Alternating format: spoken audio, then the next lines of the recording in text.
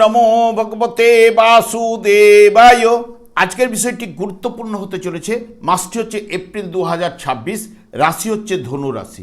ধনু রাশি বা ধনু লগ্নের জাতক জাতিকাদের ক্ষেত্রে এই এপ্রিল 2026-এ অর্থনৈতিক অবস্থা কীরূপ হতে চলেছে, শিক্ষা, স্বাস্থ্য, কর্ম, প্রেম, বিবাহ ও বিবাহিত জীবন নিয়ে আলোচনা করব। ধৈর্য সহকারে আপনারা ভিডিওটি দেখবেন। আমার প্রিয় দর্শক বন্ধুকে আমার আন্তরিক অভিনন্দন, শুভেচ্ছা ও ভালোবাসা জানাই। আমি আশা করি অনাদির আদি গোবিন্দের অশেষ করুণায় আপনারা সকলেই কুশল আছেন। আমি কারো ব্যক্তিগত জন্মছক বা ন্যাটাল চার্ট নিয়ে বিচার বিশ্লেষণ করছি না। ঠিক এপ্রিল 2026-এর গ্রহ সন্নিবেশের মাধ্যমে একটি ছক প্রস্তুত করে তার উপরে বিচার এবং ফলাদেশ করব। সেটি হবে আপনাদের এই এপ্রিল মাসের গাইডলাইন। এরপরে আমি চলে আসছি। দেখুন, ধনু রাশিটি রাশিচক্রের নবমতম রাশি এবং এই রাশির অধিপতি গ্রহ বৃহস্পতি, এবং এই রাশির ক্ষেত্রে চন্দ্র, মঙ্গল এবং রবি শুভকারক গ্রহ, এবং এই রাশির ক্ষেত্রে শনি, বুধ, শুক্র অশুভকারক গ্রহ। আমি আচার্য কমল শাস্ত্রী প্রত্যেক বুধবার এবং শুক্রবার সন্ধ্যা 8:30 ইউটিউব চ্যানেলে লাইভ অনুষ্ঠান নিয়ে উপস্থিত হই। ঠিক ওই সময় আমাকে ফোন করলে আপনারা নিজেদের ভাগ্য বিষয়ে জানতে পারবেন। তাছাড়া বিভিন্ন ধরনের ভিডিও আপলোড করে থাকি, সেগুলি পাওয়ার জন্য আমার চ্যানেলকে সাবস্ক্রাইব করে বেল আইকনে ক্লিক করে রাখুন। যখন আমি লাইভ অনুষ্ঠান বা যে কোনো ভিডিও আপলোড করলে আপনাদেরকে নোটিফিকেশন পৌঁছে যাবে। দেখুন, ধনুরাশির রাশিপতি বৃহস্পতি এবং মঙ্গল, রবি এবং চন্দ্র এরা জন্মকালীন শুভ থাকলে যেরকম শুভ ফল আপনাকে নিয়ে এসে দেবে, ঠিক এই মাসের ক্ষেত্রে গোচর চলাকালীন যদি দেখা যায় যে রাশিপতি এবং চন্দ্র, রবি এবং মঙ্গল এরা যদি শুভ বলবান গোচর করে, মানে যে জায়গা দিয়ে অবস্থান করবে, যদি শুভ জায়গায় অবস্থান করলে তাহলে এই মাসের ক্ষেত্রে শুভ প্রভাব কিন্তু বিস্তার ঘটাবেই। দেখুন, আপনাদের রাশিপতি হচ্ছে বৃহস্পতি। সেই বৃহস্পতি এখানে চতুর্থ ভাবের অধিপতিও আপনাদের ক্ষেত্রে, যেটা সুখভাব আমরা বলে থাকি, এবং এটা হচ্ছে প্রাথমিক শিক্ষার ভাব, মায়ের কোল এবং স্থাবর সম্পত্তি যেমন ঘর, বাড়ি ইত্যাদি ইত্যাদি। সেই সপ্তম ভাবে বৃহস্পতি নিজের নক্ষত্রে এতদিন বক্রতার মাধ্যমে ছিল, মার্গী হয়েছে, যা আপনাদের ব্যক্তিত্বে একটি বিশেষ আকর্ষণের যোগ। কারণ যেহেতু সপ্তম ভাবে অবস্থান করলেও আপনাদের রাশি ভাবকেই দৃষ্টি দিচ্ছে, তার সঙ্গে সঙ্গে লাভ ভাবকে দৃষ্টি দিচ্ছে এবং তৃতীয় ভাবকে দৃষ্টি দিচ্ছে, যেটি বিশেষ ক্ষেত্রে আপনার ব্যক্তিত্ব একটি বিশেষ আকর্ষণের যোগ, এবং ব্যবসা বাণিজ্যে আপনাকে লাভের মুখ কিন্তু দেখাবেই এই বৃহস্পতি।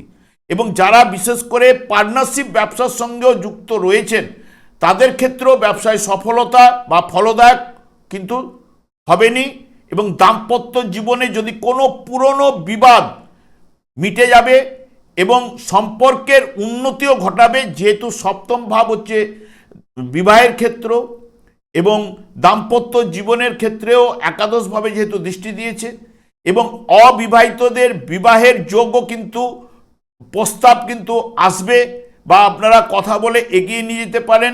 আপনার মানসিক শান্তি এবং আধ্যাত্মিক উন্নতি, এবং যারা বিশেষ করে পরামর্শদাতা হিসেবে এবং শিক্ষকতা করেন যারা, এবং লেখালেখির কাজে সফলতা উঠে আসবেই, এবং মাঝপথে যেসব কাজগুলো আটকে ছিল সেগুলি বর্তমানে গতি কিন্তু পাবেই। এবং আপনাদের অর্থ ভাব হচ্ছে যেটা অর্থ পরিবার, যেটি হচ্ছে দ্বিতীয় ভাব, যেটি মকর রাশি, এর অধিপতি গ্রহ শনি, সে চতুর্থ ভাবে অবস্থান করছে, এবং এখানে প্রথমের দিকে ভাগ্যপতিকে নিয়ে অবস্থান করছে, এবং আপনাদের শুভকারক গ্রহ সেই রবি এবং মঙ্গলকে নিয়ে অবস্থান করছে। এই যে শনির সঙ্গে রবি বা মঙ্গলের যে সংযোগ, এটা কিন্তু শুভ নয়। এবং বুধও আপনাদের 11 এপ্রিল পর্যন্ত ঠিক অবস্থান করবে, যেটি তৃতীয়ভাবে বুধ 11 তারিখ পর্যন্ত শুভ ফল কিন্তু প্রদান করবে।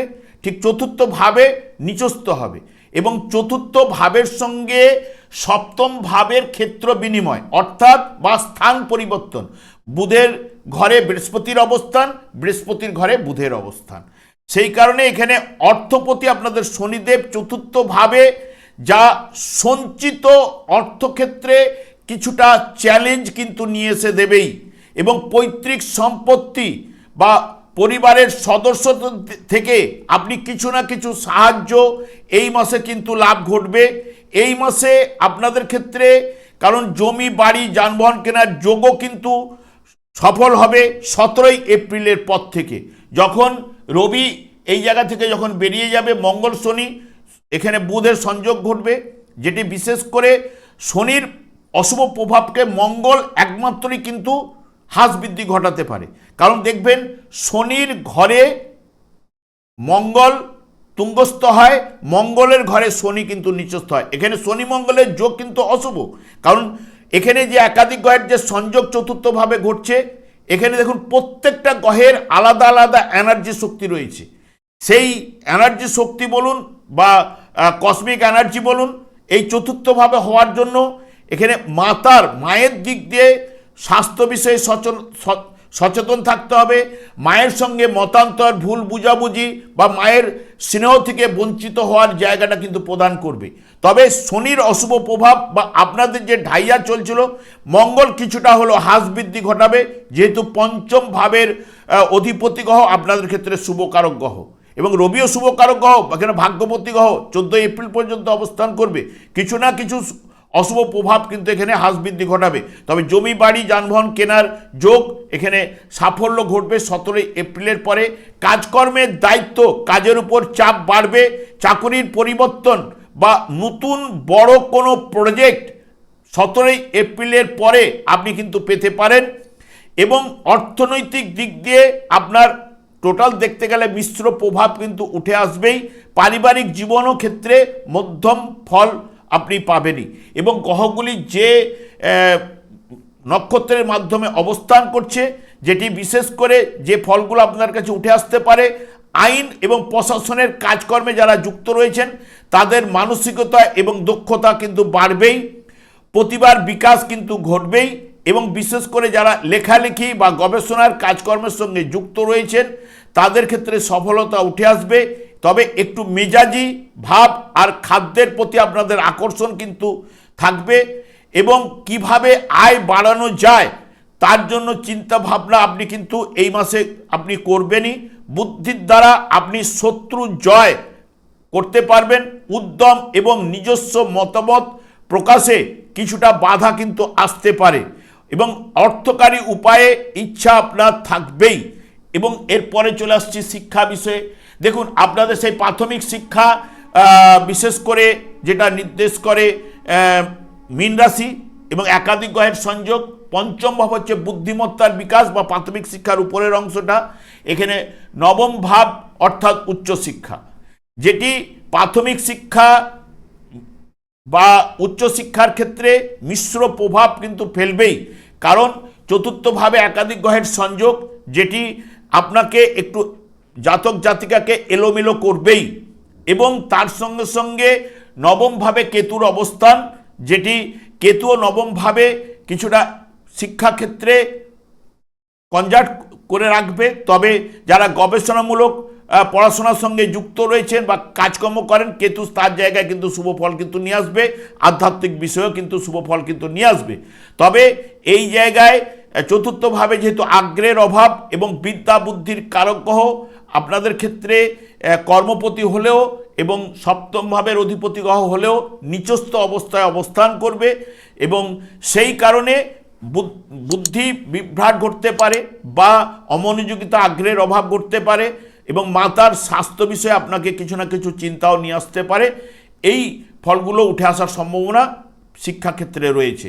এবং এরপরে চলে আসছি প্রেমের ক্ষেত্রে।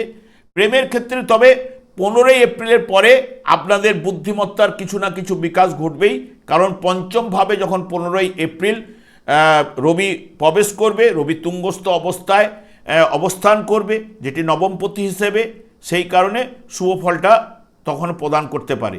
তবে প্রেমের ক্ষেত্রে শুভ ফল পাবেনই, কারণ পঞ্চম ভাবে অবস্থান করছে শুক্র, যা আপনাদের ক্ষেত্রে লাভ ভাবের অধিপতি গ্রহ। এখানে 19 এপ্রিল প্রবেশ করবে।